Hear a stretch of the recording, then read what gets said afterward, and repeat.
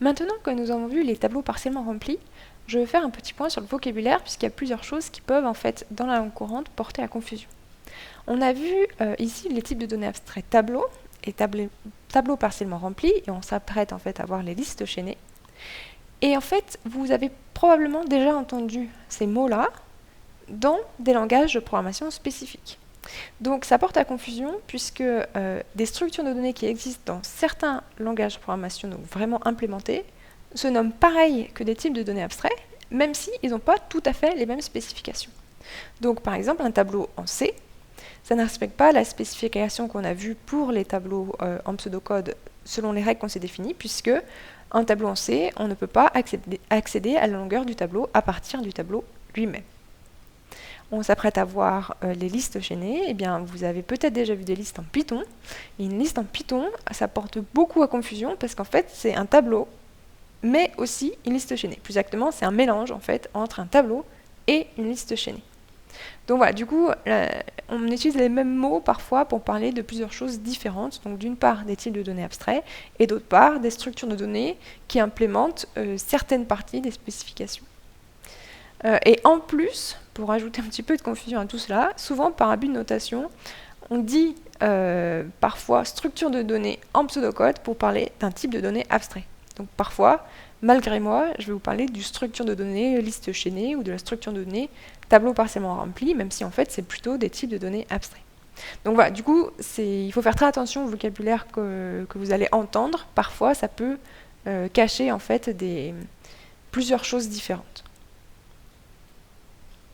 Alors, du coup, on a vu les tableaux partiellement remplis, et je vous ai fait un petit peu un teaser en vous disant qu'on allait bientôt voir la liste chaînée, et donc la première question que vous devriez être en train de vous poser, c'est, puisqu'on a déjà une structure de données qui est le tableau partiellement rempli, pour ranger nos données, à quoi ça sert d'étudier d'autres types de données abstraits? On en a un, on a vu qu'on pouvait ranger ce qu'on voulait pour l'instant, donc à quoi ça sert?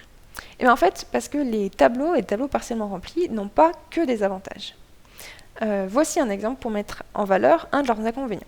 Imaginons qu'on veut écrire un programme principal qui demande quoi? Il demande à l'utilisateur de saisir au clavier des entiers positifs et on veut que le programme s'arrête lorsque l'utilisateur saisit un entier strictement négatif et qu'à ce moment-là, ça affiche tous les entiers positifs tapés au clavier. Bon. Ça n'a pas l'air très difficile au premier abord.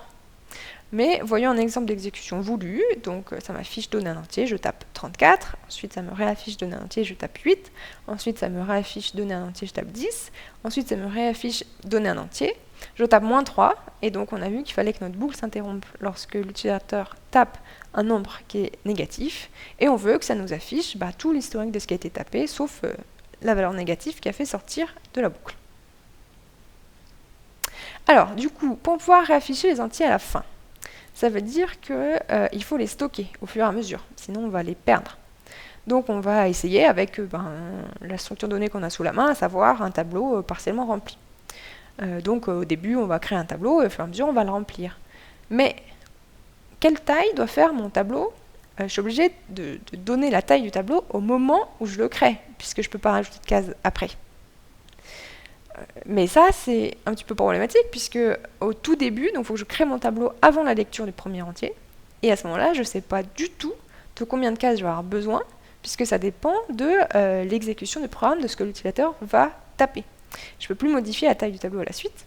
Donc ça, c'est assez embêtant, parce que je vais devoir deviner un petit peu au hasard la taille du tableau qu'il va falloir. Donc il y a une façon, alors que j'appelle bricolage. En fait, si vous avez vu déjà ce que c'est que la complexité amortie, donc vous verrez peut-être ça dans la suite de vos études, c'est pas si bricolage que ça, mais pour l'instant, avec les éléments qu'on a vus nous, c'est une façon qui n'est pas terrible de résoudre le problème. C'est-à-dire qu'on va créer d'abord un tableau partiellement rempli de taille 10, donc 10 c'est assez arbitraire, je le remplis au fur et à mesure, et si l'utilisateur tape un 11e entier, donc là j'ai plus à cette case dans mon tableau, eh bien, dans ce cas-là, je vais à ce moment-là créer un tableau de taille double, donc de 10, je passe à 20, par exemple. Je vais recopier mes 10 premiers entiers, et je rajoute mon 11e entier. Et donc, il me reste 9 cases vides. Et donc, je continue l'exécution de mon programme tant que l'utilisateur n'a pas tapé un nom négatif. Et si j'atteins le 21e entier, eh bien, à ce moment-là, il va me manquer une case de tableau, donc je vais créer un nouveau tableau partiellement rempli de taille double, c'est-à-dire cette fois 40, et j'ai recopie, j'écris dans mon 21e entier, et donc maintenant j'ai jusqu'à 40 cases, etc., etc., etc. Mais donc du coup, d'un point de vue de complexité, en fait, ajouter un élément, ça peut me coûter très cher, puisque si ça tombe au moment où je dois faire la copie de mon tableau, eh bien, je dois recopier en fait tout le tableau précédent. Donc l'insertion d'un élément à la fin, là, ça va me coûter un temps linéaire. Donc, c'est pas terrible. Alors, il existe, ce qu'on va voir dans la suite, une façon élégante et efficace de répondre à ce problème. Il faut utiliser un autre type de données abstraites qui ne sera pas un tableau, et ça va être une liste chaînée. Donc en conclusion, les avantages et les inconvénients d'un tableau partiellement rempli sont les suivants. Avantage, on peut lire et écrire dans n'importe quelle case avec un coût d'une seule opération élémentaire, donc en temps constant, pour accéder à n'importe quelle case du tableau. On a accès à la taille du tableau en une seule opération élémentaire. Et ajouter un élément à la fin, ça coûte pas cher s'il reste une case de libre. Ça coûte un temps constant.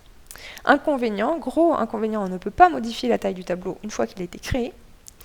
Et même s'il reste des cases libres, insérer un élément au début de tableau, ça coûte assez cher, puisqu'il faut tout décaler pour faire de la place pour insérer mon élément dans la première case. Coût linéaire en la taille du tableau. Alors, donc on va voir les listes chaînées, et je prends quelques secondes pour insister sur le fait que si vous avez déjà vu des listes en Python, soyez très vigilants, puisqu'il y a une partie des spécifications des listes en Python que vous allez retrouver dans la suite, mais aussi une très grande partie des spécificités des listes en Python que vous n'allez pas retrouver. Pourquoi? Parce qu'une liste en Python, ce n'est pas la même chose qu'une liste chaînée au sens du pseudocode qu'on va voir maintenant. Donc le plus simple, c'est plutôt de vous dire que c'est deux choses complètement différentes, et ce sera une bonne nouvelle quand vous allez voir des similarités, parce que si vous partez du principe que c'est presque la même chose, vous allez commettre malheureusement beaucoup d'erreurs. Alors qu'est-ce que c'est qu'une liste chaînée? Quelle intuition il faut avoir?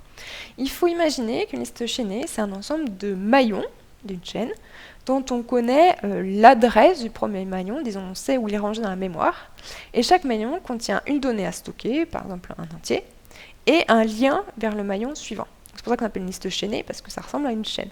Donc d'un point de vue représentation graphique, moi j'utiliserai souvent des petits dessins qui ressemblent à ça, c'est-à-dire que là on voit qu'il y a 3 maillons. Donc dans chaque maillon, il y a un champ data qui me permet de stocker véritablement la donnée que je veux stocker, et un champ suivant, enfin, ou suive, qui sera en fait mon lien vers le maillon d'après. Donc là, j'ai 3 maillons qui sont chaînés dans cet ordre-là. Et j'aurai une liste qui sera en fait une structure de données avec seulement un champ début qui m'indiquera là où est rangé le premier maillon de ma liste. Donc l'intuition surtout qu'il faut avoir là-dessus, du côté implémentation des listes chaînées, c'est que les maillons sont en général pas stockés les uns à la suite des autres dans la mémoire. Alors que dans un tableau, en fait, pour bien visualiser ce qui se passe, un tableau, eh bien, toutes les cases du tableau sont stockées les unes à la suite des autres en mémoire, en général dans les implémentations de tableaux. Et donc c'est pour ça, par exemple, que si on veut rajouter quelque chose au milieu, on est obligé de tout décaler. Là, vraiment, une liste chaînée, c'est le contraire. Nos éléments sont rangés un peu partout dans la mémoire, mais du coup, pour s'y retrouver, on a des liens entre les maillons successifs.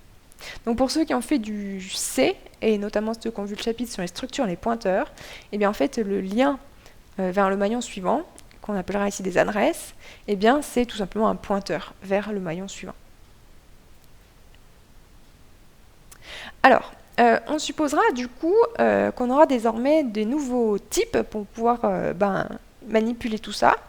Donc on aura un nouveau type que j'appelle simple, c'est-à-dire un petit peu comme un entier, un booléen, c'est un type qui stocke une information, qui sera le type adresse, qui désignera quoi? Le numéro d'une case mémoire. En fait, c'est ce qu'on représente sur les dessins par des flèches. Ce sera les liens, par exemple, entre deux maillons. Et pour ceux qui ont fait du C une fois encore, en fait, une adresse, ce sera pareil qu'un pointeur. On aura un nouveau type complexe qu'on appellera maillon. Donc on a le type maillon. Complexe parce qu'il contient plusieurs informations. En l'occurrence, il aura 2 champs. Un champ data qui contiendra la véritable donnée. Donc nous, pour simplifier, on n'aura toujours que des nombres dans nos champs data, mais en fait, quand vous ferez des choses un petit peu plus compliquées, on peut imaginer qu'on a des maillons qui stockent une chaîne de caractères ou plein d'autres choses compliquées. Donc nous, on va se restreindre aux maillons dont la donnée est un nombre. Et les maillons ont aussi un deuxième champ qu'on appellera suivre, qui est de type adresse et qui servira à faire le lien avec le maillon d'après. Et on aura un nouveau type, enfin complexe, liste, qui contiendra un champ début, qui sera de type adresse. Et en fait, tout simplement, une liste, ça va contenir l'adresse du premier maillon, donc un lien vers le premier maillon. Alors, voyons les spécifications du type de données abstrait maillon. On peut créer un maillon ainsi. Donc là, je déclare une variable de type maillon. Et avec new maillon, c'est l'initialisation, c'est-à-dire ça va en fait me réserver la mémoire qu'il faut pour ce nouveau maillon. Et on supposera qu'à chaque fois qu'on crée un nouveau maillon, le champ suivre sera automatiquement initialisé à l'adresse fictive -1, ou nul pour ceux qui ont fait des pointeurs et qui ont vu les pointeurs nuls. C'est-à-dire qu'au début, quand je crée le maillon, eh ben, il n'a pas de maillon suivant. Mais il faut bien que je mette quelque chose dans son champ suivre, donc on dira que je vais ranger la valeur spéciale, l'adresse fictive -1, pour dire eh ben, il n'y a pas de maillon qui suit ce maillon-là. En opération élémentaire, on pourra lire ou écrire dans le champ data d'un maillon, donc là où est stockée la véritable donnée. Et donc si notre maillon il s'appelle grand M, eh bien, en faisant m.data, on peut lire ou écrire dans la case de données. On peut également lire ou écrire dans le champ suivre d'un maillon, et là encore ce sera avec la syntaxe du point, donc m.suivre, si le maillon s'appelle m. Et on pourra accéder à l'adresse où est rangé un maillon grâce à la fonction adresse de. Donc si je veux l'adresse où est rangé mon maillon m, je demande adresse de m. Et inversement, si je veux accéder au maillon dont on connaît l'adresse, eh bien, je vais utiliser une fonction que j'appellerai maillon A. Donc, si je veux accéder au maillon qui est rangé à l'adresse 1012, eh bien, je ferai maillon A 1012. Alors, attention, un maillon et une adresse, c'est donc deux types qui sont différents. Parce qu'une adresse, en particulier, c'est un type simple, donc ça n'a pas de champ, donc ça n'a pas de champ data, ça n'a pas de champ suivant, une adresse. C'est un maillon qui a ces deux champs. Donc, en fait, en théorie, pour accéder à la donnée du maillon qui serait rangé à l'adresse qu'on nous donne. Donc imaginons que j'ai une variable adr de type adresse, qui vaut par exemple 1012. Et bien pour accéder à la donnée du maillon qui est rangé à l'adresse 1012, il faut que je fasse maillon à adr, donc ça me renvoie maillon, point data. Ou alors, comme en C, pour ceux qui ont vu les pointeurs et les structures en C, en fait, au lieu de faire adresse point data qui n'aurait pas de sens, eh bien on remplace le point par une flèche, ce qui veut dire que je ne veux pas accéder au champ data de l'adresse, qui n'en a pas, mais au champ data du truc qui est pointé par l'adresse. Alors, comme on est en pseudocode et non pas en langage de programmation, en fait, on va s'autoriser un petit abus de notation pour simplifier entre les maillons et les adresses. C'est-à-dire qu'on va faire comme s'il y avait une conversion automatique, et donc on va supposer qu'on a le droit, pour accéder au champ data et suivre, d'utiliser en fait une adresse suivie de la syntaxe du point plutôt que de la syntaxe de la flèche. Donc on pourra parfois souligner le point si on veut mettre en valeur l'abus de notation, donc comme ça que vous vous posez la question de savoir est-ce que c'est un véritable point ou est-ce que c'est un abus de notation. Eh bien par exemple quand j'écris adr.data, ceci ce n'est en fait pas complètement correct si adr est une adresse, puisqu'une adresse n'a pas de champ data, mais je vais utiliser la syntaxe du point souligné pour dire j'utilise un point, mais en fait c'est un petit peu un abus de notation, il faudrait que j'utilise une flèche comme en C, ou que j'utilise maillon A pour accéder d'abord au maillon qui est rangé à l'adresse qu'on me donne. Pareil pour adr.suivre, normalement j'ai pas le droit, donc j'utiliserai un point, si je veux mettre en valeur le fait que je suis en train de faire un abus de notation, je soulignerai mon point. Donc en fait, concrètement pour vous, je pense que pour ceux qui n'ont pas vu les pointeurs en C, vous dites juste qu'on peut utiliser un point pour accéder au champ d'un maillon, même si ce qu'on a sous la main, c'est une adresse. Voilà. Et pour ceux qui ont vu les pointeurs et les structures en C, eh bien, vous pouvez utiliser la syntaxe de la flèche pour ne pas vous changer de ce que vous connaissez. Et donc, à chaque fois que vous verrez un point souligné, en fait, ça voudra dire pour vous une flèche. Et pour les autres, quand vous verrez un point souligné, vous pouvez juste ignorer le fait qu'il est souligné. Alors, voici un petit exemple. Donc, à gauche, c'est ce que j'ai le droit de faire avec des notations rigoureuses, et à droite, ce sera ce que je ferai avec les abus de notation. Donc, je peux créer un nouveau maillon M, donc ça me réserve la mémoire pour un nouveau maillon M. Je crée une variable de type adresse que j'appelle adrM, dans laquelle je stocke l'adresse de M. Ensuite, je décide d'écrire 5 dans le champ data de M. Ensuite, si je veux modifier ce qu'il y a dans ce champ data, mais en utilisant ma variable adrM, donc l'adresse, eh bien, je n'ai pas le droit de faire adresse de M.data. Donc, je vais utiliser maillon A pour accéder au maillon qui est rangé à cette adresse. Et donc, comme c'est un maillon, maintenant, je peux bien faire .data et je range la valeur 3. Puis, je crée un nouveau maillon N. Je range la valeur 6 dans son champ data. Donc ça, j'ai bien le droit de le faire puisque N, c'est un maillon. Il a un champ data. Et maintenant, si je veux dire que N est le maillon suivant de M, eh bien, je peux utiliser ma variable adrM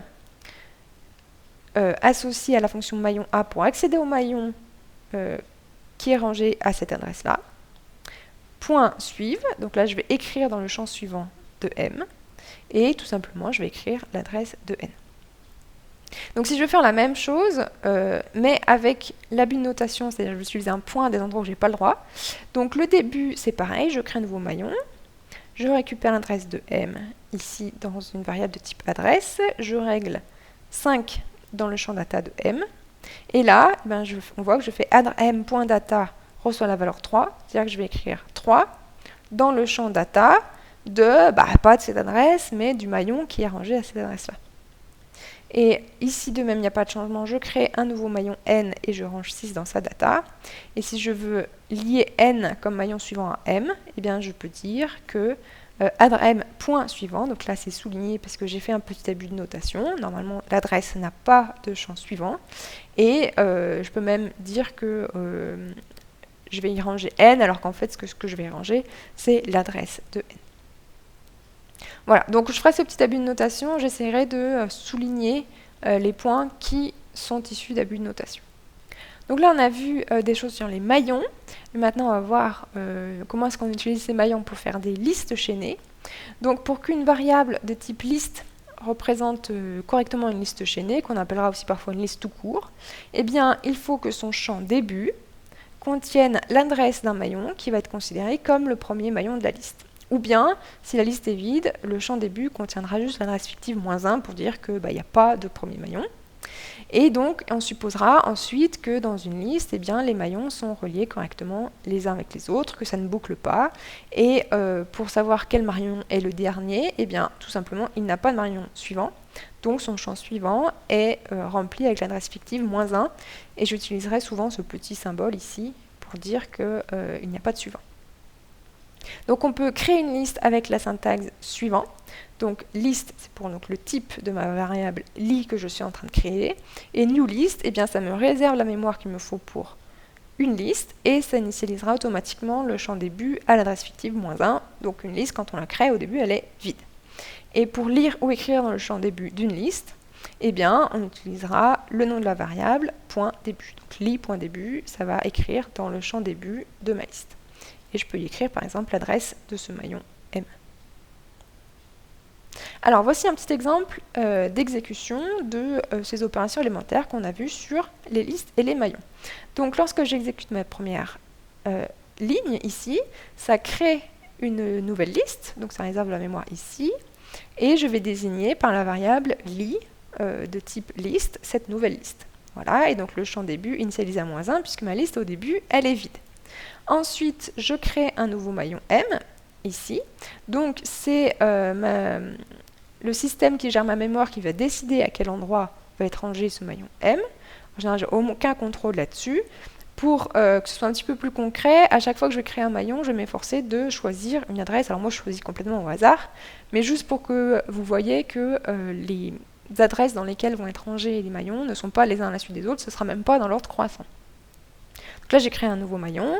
Le champ data est pour l'instant vide parce que je n'ai pas écrit dedans. Et le champ suivant est automatiquement réglé à l'adresse fictive -1 pour dire que ce maillon, pour l'instant, n'a pas de maillon suivant. Ensuite, quand j'exécute la ligne suivante, ça écrit la valeur 15 dans le champ data du maillon M. Ensuite, je vais lire l'adresse de M, donc il est rangé à l'adresse 14, et je vais ranger ça dans le champ début de lit, ici. Donc en fait, c'est juste pour dire que le début de ma liste, c'est en fait un lien, un pointeur vers le maillon M. Ensuite, je crée un nouveau maillon N. Je vais écrire 5 dans le champ data de N. Et ensuite, je vais récupérer l'adresse de N, donc ici par exemple l'adresse 304, et je vais ranger ça dans le champ suive de M, ce qui veut dire maintenant qu'il y a un lien entre M et N qui indique que N est le maillon suivant M. Ensuite, je crée un nouveau maillon P, par exemple, je vais écrire -3 dans son champ data, et ensuite je vais récupérer l'adresse de P, et je vais ranger ça dans le champ suive de N, ce que je représente à la fois par l'écriture en violet des adresses et par une flèche, donc tout simplement pour dire que désormais N considère comme maillon suivant P. Et donc là, j'ai bien une liste chaînée qui a 3 maillons dont les valeurs sont dans l'ordre 15, 12 et -3. Et donc P est bien mon dernier maillon, puisque dans le champ suivant, c'est la valeur fictive d'adresse -1, donc une adresse qui n'existe pas, pour dire que P n'a pas de maillon suivant. Alors une petite précision sur l'adresse d'un maillon, parce que je parle d'une adresse en mémoire, mais en fait un maillon, ça nécessite plusieurs cases mémoire. Déjà parce qu'il y a un champ data, un champ suive, donc ça forcément c'est au moins 2 cases mémoire. Oui, mais en fait il faut penser l'adresse d'un maillon comme la porte d'entrée du maillon.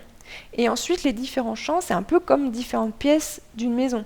Donc du coup, quand je dis que je parle du maillon M qui a l'adresse 14, que je peux par exemple écrire de cette manière ici, eh bien si je veux aller chercher la donnée qui est au maillon rangé à cette adresse-là, ça veut dire je me déplace jusqu'à l'adresse 14, qui est le point d'entrée de mon maillon, et une fois que je suis au point d'entrée de mon maillon, je cherche le champ data. Donc c'est un peu pareil que si je vous dis qu'il faut aller à la maison qui est à l'adresse 45 rue des Carmes, et qu'ensuite il faut entrer dans le salon. Donc c'est pareil pour les maisons, on a plusieurs pièces, mais on a une seule adresse qui est la porte d'entrée de la maison. Et ensuite, une fois qu'on est devant la bonne porte d'entrée, on sait se repérer pour trouver la bonne pièce. Et bien c'est pareil, on sait se repérer pour trouver le bon champ du maillon une fois qu'on est à l'adresse de la porte d'entrée du maillon. Alors d'un point de vue complexité, toutes les opérations de base qu'on a vues jusqu'ici sur les maillons et les listes comptent chacune pour une opération élémentaire, sauf la déclaration qui comptera pour 0 pour simplifier un petit peu, pour faire pareil que les tableaux. Donc si je récapitule, ça nous coûtera une opération élémentaire de lire ou d'écrire dans le champ data ou dans le champ suive d'un maillon. Ça nous coûtera une opération élémentaire de lire ou d'écrire dans le champ début d'une liste. Et utiliser adresse de ou maillon A, ça nous coûtera également une opération élémentaire, mais comme on utilisera souvent l'abus de notation qui les cache, en fait, du coup, on les comptera pas toujours, mais c'est pas très important parce que ça ne changera pas l'ordre de grandeur de la complexité de nos algorithmes. Alors attention, on n'a pas d'autres opérations de base prédéfinies sur les maillons et sur les listes. En particulier, comment est-ce qu'on accède à la taille de la liste? Eh bien, il n'y a pas d'opération de base pour cela. Donc en fait, une liste ne connaît pas sa propre taille. Et comment est-ce que j'accède au ième élément d'une liste? Si je vais aller accéder au maillon numéro 3, par exemple, eh bien, contrairement au tableau, je n'ai pas d'accès en temps constant au ième élément d'une liste. Il faudra définir nous-mêmes à partir des opérations de base, donc on va faire ces deux-là, mais on verra que c'est un petit peu plus compliqué que pour les tableaux. Et on va voir également comment faire les opérations qu'on a listées tout à l'heure pour les tableaux partiellement remplis, et surtout leur complexité, donc quand on faisait des ajouts en début, en fin, etc. Et on comparera la complexité entre les opérations sur les tableaux partiellement remplis et les opérations sur les listes chaînées.